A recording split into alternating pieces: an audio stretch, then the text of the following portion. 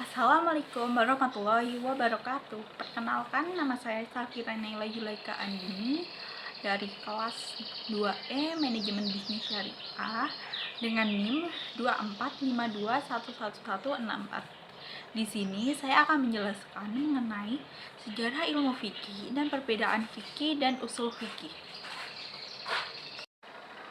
Sebelum masuk ke dalam sejarah ilmu fikih, di sini aku akan menjelaskan apa itu fikih. Fikih secara etimologis artinya paham, pengertian, dan juga pengetahuan. Berarti pemahaman yang mendalam berpotensi akal. Fikih secara terminologi diartikan sebagai hukum syara yang bersifat praktis atau amaliyah yang diperoleh dari dalil-dalil terperinci. Dapat diartikan juga sebagai pemahaman tentang hukum-hukum syara yang ditarik dari dalil-dalil terperinci. Ilmu fikih adalah ketentuan yang terdapat pada Al-Quran dan Sunnah Nabi SAW yang direkam dalam kitab hadis. Sejarah ilmu fikih. Pertumbuhan dan perkembangan ilmu fikih dibagi menjadi 4 masa. Yang pertama, pada masa kenabian. Masa ini dimulai sejak turunnya wahyu dan berakhir dengan wafatnya Nabi. Pada masa ini, Allah telah menurunkan ajaran-ajaran yang berkenaan dengan hukum amaliyah, baik itu untuk kepentingan perorangan, masyarakat, maupun hukum-hukum yang menyangkut dengan pemerintahan. Dengan demikian, secara ijmali pada waktu itu telah diturunkan hukum-hukum pada bidang ibadah, perdata, keluarga, pidana, acara, perang, tata negara, sehingga dasar-dasar ilmu fikih seluruhnya telah sempurna.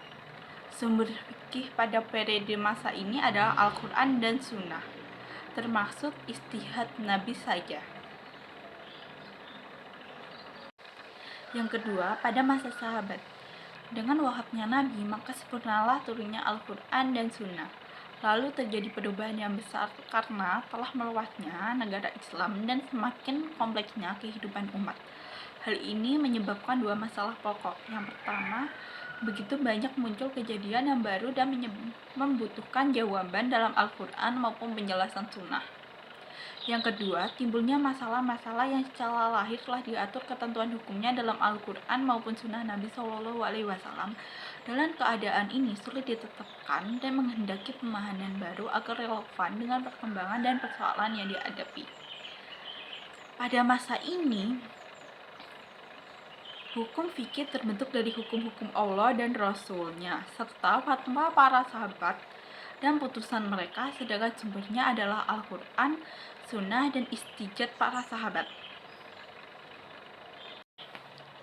Yang ketiga, pada masa tabi'in, dan pada masa imam-imam mustajid.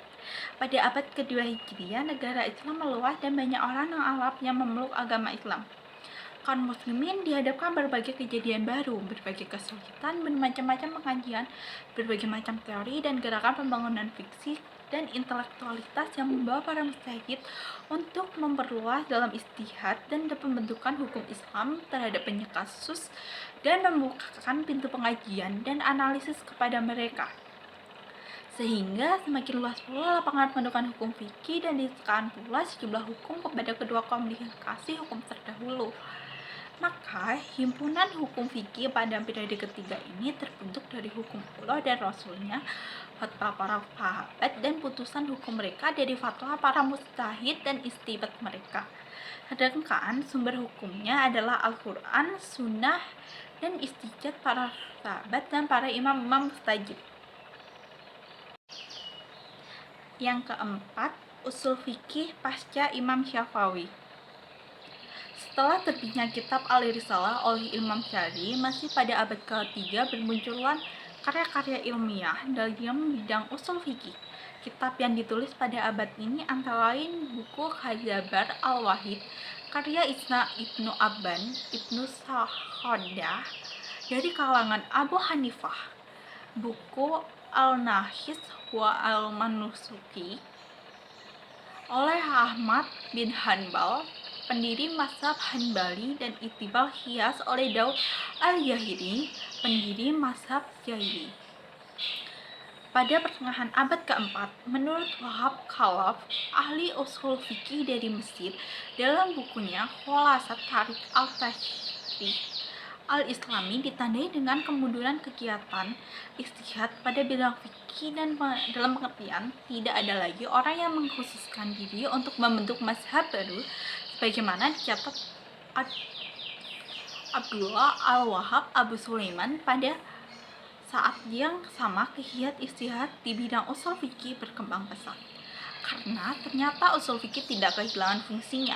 Usul fikih berperan sebagai alat pengukur kebenaran pendapat-pendapat yang telah terbentuk sebelumnya, dijadikan alat ilmiah yang sering diandalkan dalam rangka mengkaji hasil-hasil ijtihad dari mazhab yang mereka anut. Sebelum masuk ke dalam pembahasan berikutnya, di sini saya akan menjelaskan mengenai apa sih usul fikih itu. Usul fikih berasal dari dua kata, yaitu usul dan juga fikih. Kata fikih secara etimologi berarti paham yang mendalam. Kata ini muncul dalam Al-Quran sebanyak 20 kali dengan arti paham itu.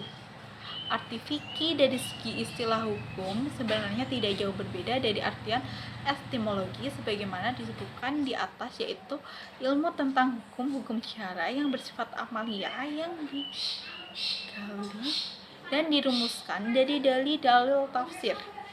Dari arti fikih secara istilah tersebut dapat dipahami dua bahasan pokok dari ilmu fikih, yaitu bahasan tentang hukum-hukum syara yang bersifat amaliyah dan kedua tentang dalil-dalil tafsir. Kedua, kata usul yang merupakan jamak dari kata asal secara etimologi berarti sesuatu yang menjadi dasar bagi yang lain. Yang kedua, saya akan menjelaskan mengenai perbedaan ilmu fikih dan ilmu usul fikih. Yang pertama, ditinjau dari segi objeknya. Objek kajian ilmu usul fikih adalah dalil yang dijadikan dasar hukum dari hukum itu sendiri dan melalui kaidah dan metode istinbat. Sedangkan objek kajian ilmu fikih adalah perbuatan orang mukallaf yang ditinjau dari segi hukumnya. Misal, apakah perbuatan tertentu itu hukumnya wajib, sunnah, haram, dan seterusnya.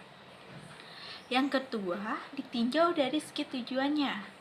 Tujuan ilmu usul fikih adalah menerapkan kaidah pada dalil-dalil untuk menghasilkan hukum secara terapan, seperti pada bagian di atas. Sedangkan tujuan ilmu fikih adalah untuk mengetahui status hukum orang mukallaf atau menetapkan hukum pada setiap perbuatan mukallaf. Sekian penjelasan dari saya, kurang lebihnya mohon maaf. Wassalamualaikum warahmatullahi wabarakatuh.